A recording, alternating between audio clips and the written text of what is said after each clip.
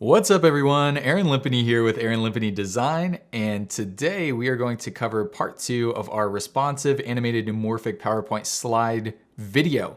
So today we're going to be doing this intro animation, which starts when we click this click here button and ends once all of these items fall into place. So this video is going to get you to this screen here from this one. Now, if you haven't watched the first video in the series, you can click the link on screen now to do that, and I highly recommend you do so. Otherwise, this is not going to make much sense for you.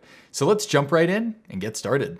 All right, we're going to start by animating the button right here. So we want this top section of the button to disappear into the back, so we reveal this.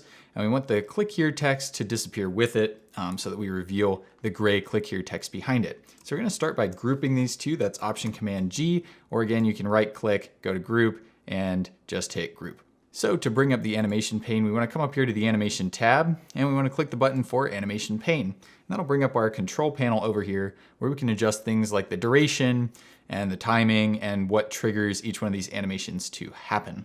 So we're going to start with this group by having this fade out. And so we're going to go to these exit animations. We're going to scroll over until we find fade, and we're going to click on fade. And we're going to keep these default settings here for now. We're going to go down to timing. We want this to say on click. That's also the default. But down under triggers, we actually want to click on click. And as you can see, this has been identified as group 5. When this animation comes up, you'll see what group Microsoft PowerPoint has assigned to the group that you're animating. And so we want to change this to group 5. And what we've just done is told PowerPoint that when we click on this object or this group of objects, we want this to fade out. And the cool thing is we can now build other animations that are all triggered by the same action. And so we can build a series of actions that occur by us just clicking the one button. Pretty cool.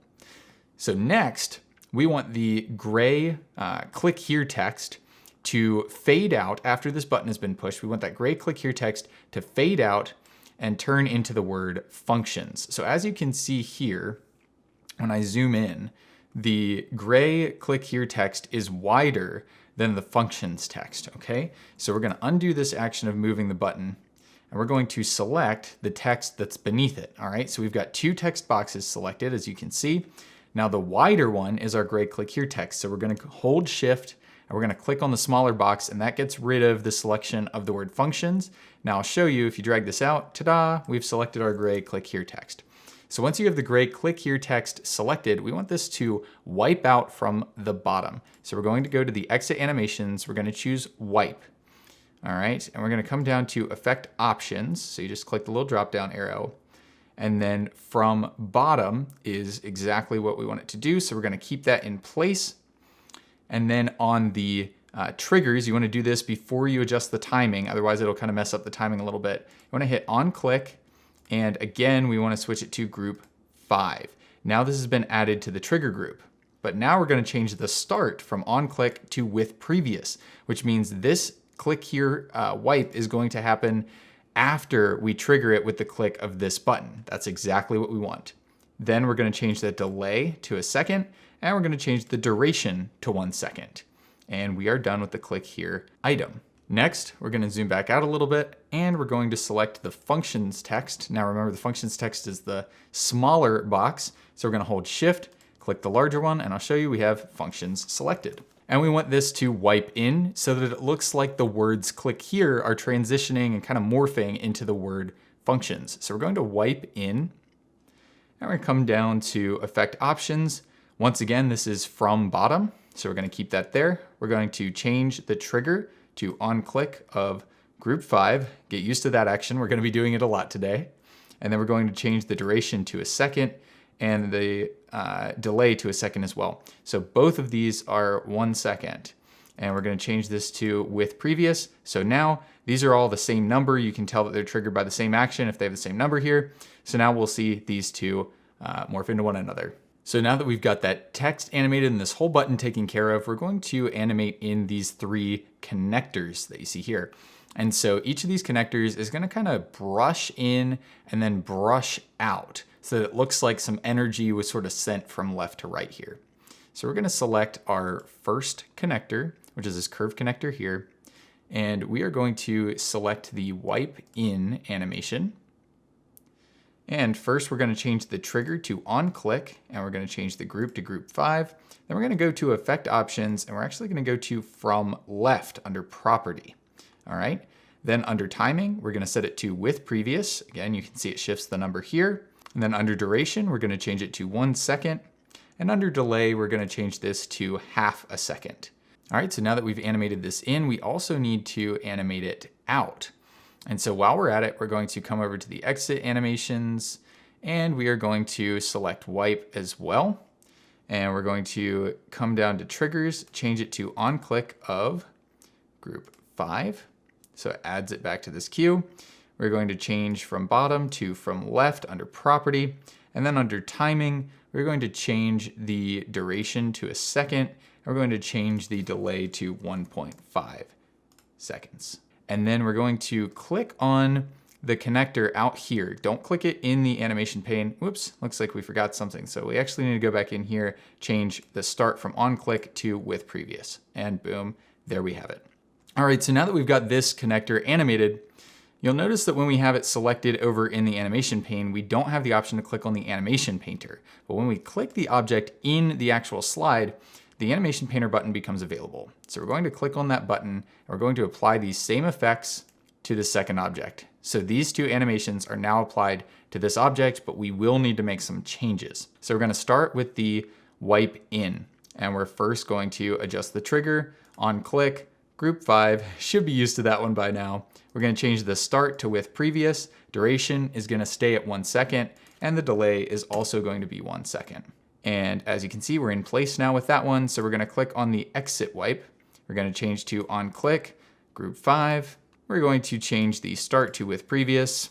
Duration stays at 1 second, and the delay on this one is 2 seconds. So then we're going to click on this animation, paint it, and apply to the next one. And then we're going to make these adjustments to the curve connector. Once again, on click, group 5, from left stays in place, start with previous, duration 1 second, and the delay is 1.5 seconds.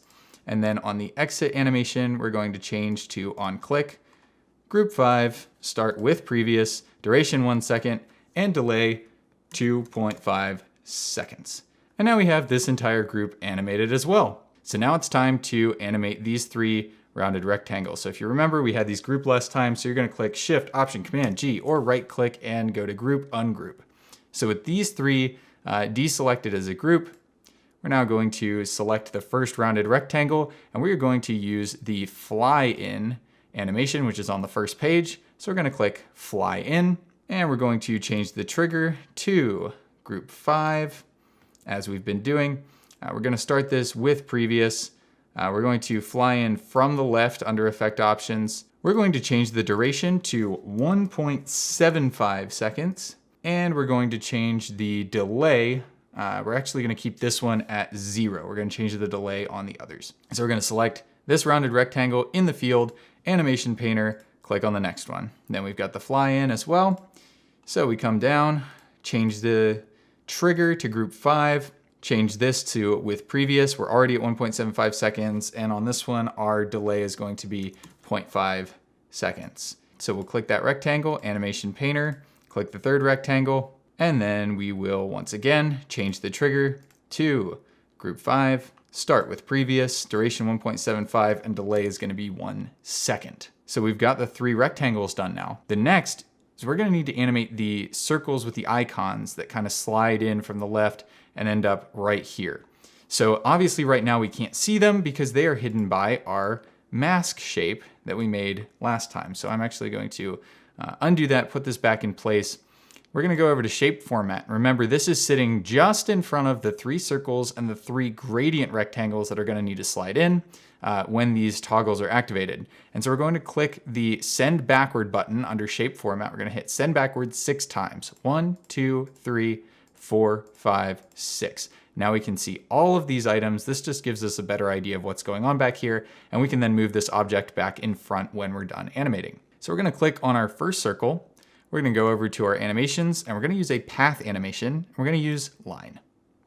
All right, so as you can see, it automatically applies the line from top to bottom. So we're going to drag this line over to the right, make sure this is a straight line.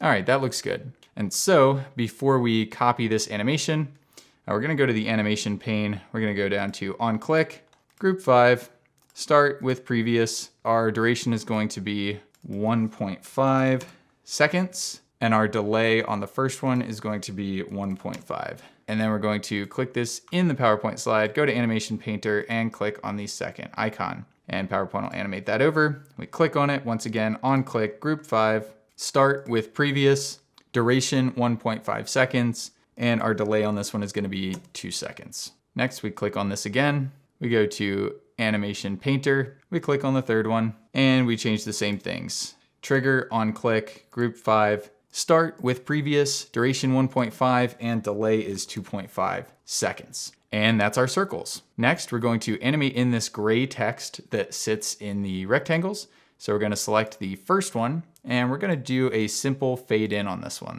We go down to triggers, on click, group 5, just like we've been doing all along. Change to with previous. Our duration is gonna stay at 0.5 seconds, and our delay is going to go to 1.5 seconds on the first one. We'll select it in the PowerPoint field, Animation Painter, apply to the second one, change trigger to on click of group 5, change the start to with previous, and change the delay on this one to 2 seconds. And then we'll click it in the field, copy the animation with the Animation Painter, click on the third piece of text, come down to trigger, on click, group 5, change to with previous, duration is still 0.5 seconds, and the delay on this one is 2.5. All right, and that is the text coming in. Finally, we've got these 3 mini indicator buttons. Now we want to keep the objects in these buttons separate because we're going to need to animate out some of this stuff later when these buttons are kind of pressed in. So just select everything under the first button, go over to fade, and we're going to fade all of that in. Once again, we're going to trigger this on click of group 5. We're going to start with previous. We're going to change the duration to 1 second, and we're going to change the delay to 2 seconds for this first one. Then we're going to select everything under this second one. We're going to fade this in as well. And notice I'm not copying the animation because these aren't a group, these are individual ones. And sometimes PowerPoint can get a little weird if you're trying to copy from multiple objects at once. So we're going to change the trigger to on click, group 5. We are going to start with previous. Duration is going to be 1 second, and the delay on this is going to be 2.5 seconds. And then finally, we're going to select everything under the third group. We're going to fade that in. We are going to start these on click of group 5. You guessed it. Start with previous. Duration is 1 second, and delay is 3 seconds. And those are all our animations. So now we're going to select our mask again, go to shape format. And again, we send it back 6. So this time we're going to bring it forward 6. 1, 2, 3, 4, 5, 6. Boom, back in front. Now let's go to slideshow and let's play from the current slide to make sure we got it right. All right, let's test it out. So we click, we've got a good fade. Oh, looks like this little connector may have failed. Now you'll also see this white text showing up here. Don't worry about that. This is in place where it needs to be for our animations when we actually create the toggle switches. But for right now, because we haven't added the intro animations to it, it's just sitting there on top of these 3 rectangles. So don't worry about that one. But what we do want to worry about is this right here. And I'll show you.